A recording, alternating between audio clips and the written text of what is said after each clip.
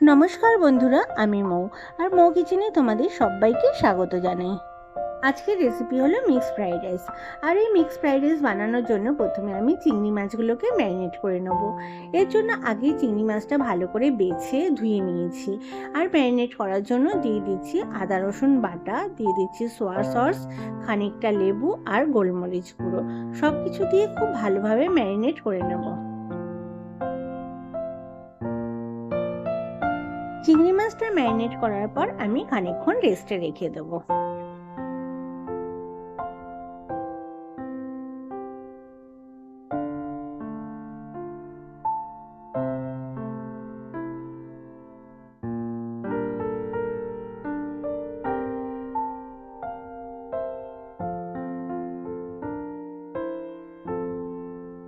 আমি এখানে দুটো ডিম নিয়ে নিয়েছি আর ডিম দুটো ফাটিয়ে একটা বাটিতে নিয়ে নিচ্ছি। আর ওই ফাটানো ডিমের মধ্যে দিয়ে দেবো সামান্য একটু গোলমরিচের গুঁড়ো, যাতে ডিমের ভুজিয়াটা একটু চটপটা হয়। এবার ডিমটা খুব ভালোভাবে ফেটিয়ে নেব। এবারে ডিম ভুজিয়া বানানোর জন্য কড়াইতে দিয়ে দিচ্ছি সাদা তেল। আমি এখানে একটু তেলটা বেশি করে দিয়ে দিয়েছি, কারণ একটু বেশি করে তেল দিয়ে যদি ডিমটা আমরা ভাজি তাহলে ডিমটা ভীষণ জুসি হয়। ডিম ভুজিয়াটা আমার প্রায় হয়ে এসেছে। এবার ডিম ভুজিয়াটা ভালোভাবে হয়ে গেলেই আমি একটা প্লেটের মধ্যে ডিম ভুজিয়াটা তুলে নেব।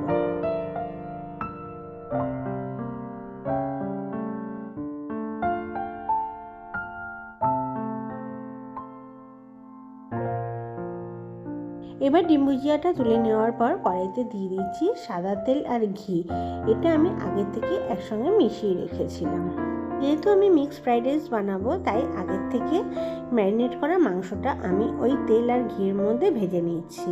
এই মাংস ম্যারিনেটটা আমি তোমাদের সঙ্গে শেয়ার করতে পারলাম না একটা বিশেষ কারণের জন্য।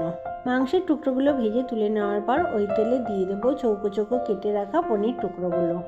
পনিরের টুকরোগুলো হালকা হাতে নাড়াচাড়া করে আমি ভেজে তুলে নেব।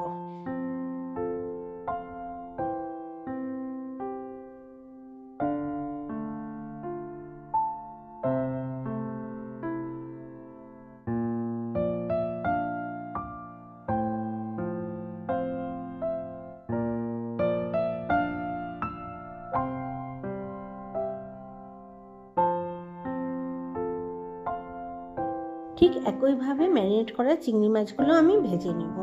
আর চিংড়ি মাছটা ভাজার সময় আমি সামান্য একটু লবণ দিয়েছি। দেখো, চিংড়ি মাছগুলো আমার বেশ লাল লাল করে ভাজা হয়ে গেছে।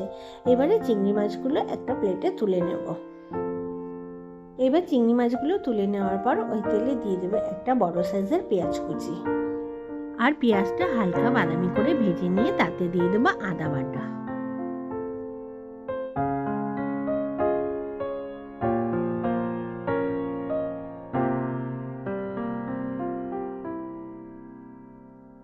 এবারে ওই পেঁয়াজ ভাজার মধ্যেই দিয়ে দেবো কিছু সবজি। এই সবজিগুলো আমি আগের থেকে লম্বা লম্বা করে কেটে রেখেছিলাম। আর এই সবজিগুলোর মধ্যে আছে গাজর, ক্যাপসিকাম আর বিনস। সবজিগুলো যাতে তাড়াতাড়ি নরম হয়ে যায় এর জন্য দিয়ে দিচ্ছি সামান্য পরিমাণে লবণ। এবারে মিডিয়াম আছে সবজিগুলো আমি খুব ভালোভাবে ভেজে নেব। সবজিগুলো আমার এখন খুব ভালোভাবে সেদ্ধ হয়ে এসেছে।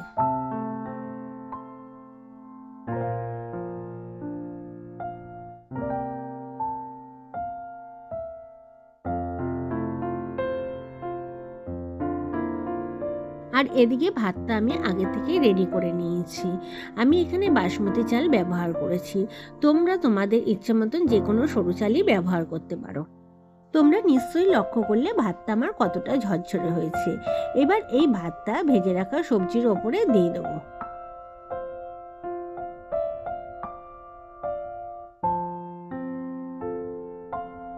সমস্ত উপকরণ ভাতের ওপর একে একে দিয়ে মিশিয়ে নেব। প্রথমেই দিয়ে দেব আগে থেকে ভেজে রাখা চিংড়ি মাছগুলো, তারপরে দিয়ে দেব পনিরের টুকরোগুলো। এবার দিয়ে দিচ্ছি ডিম ভুজিয়াটা, আর দিয়ে দেব আগের থেকে ভেজে রাখা মাংসের টুকরো। এবার সমস্ত কিছু আমাদের খুব আলতো হাতে মিশিয়ে নিতে হবে, তা না হলে কিন্তু ভাতগুলো ভেঙে যাবে। এর জন্য এই কাজটা আমরা খুব সাবধানে করব।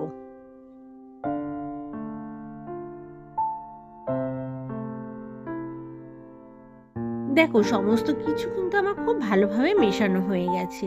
এবার ওপর থেকে দিয়ে দেবো কুচনো ধনেপাতা। আর ফ্রাইড রাইসের স্বাদটা যেহেতু একটু মিষ্টি মিষ্টি হয়, তাই দিয়ে দিচ্ছি খুব সামান্য পরিমাণে চিনি। আর চিনিটা দেওয়ার পর ফ্রাইড রাইসের সঙ্গে চিনিটা একটু ভালোভাবে মিশিয়ে নেব। আমি যেহেতু রান্নার শুরুতে ঘি আর তেল একসঙ্গে ব্যবহার করেছি, তাই রান্নার শেষে ফ্রাইড রাইসে আমি আর কোনো ঘিয়ের ব্যবহার করলাম না। আমার এই রেসিপিটা তোমাদের কেমন লাগলো অবশ্যই কমেন্ট করে জানিও।